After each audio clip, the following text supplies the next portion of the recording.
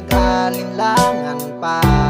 Ikaw at ako'y hanggang wakas ay tayo ng dalawa. Palagi kang laman ng isip ko, laman ng bawat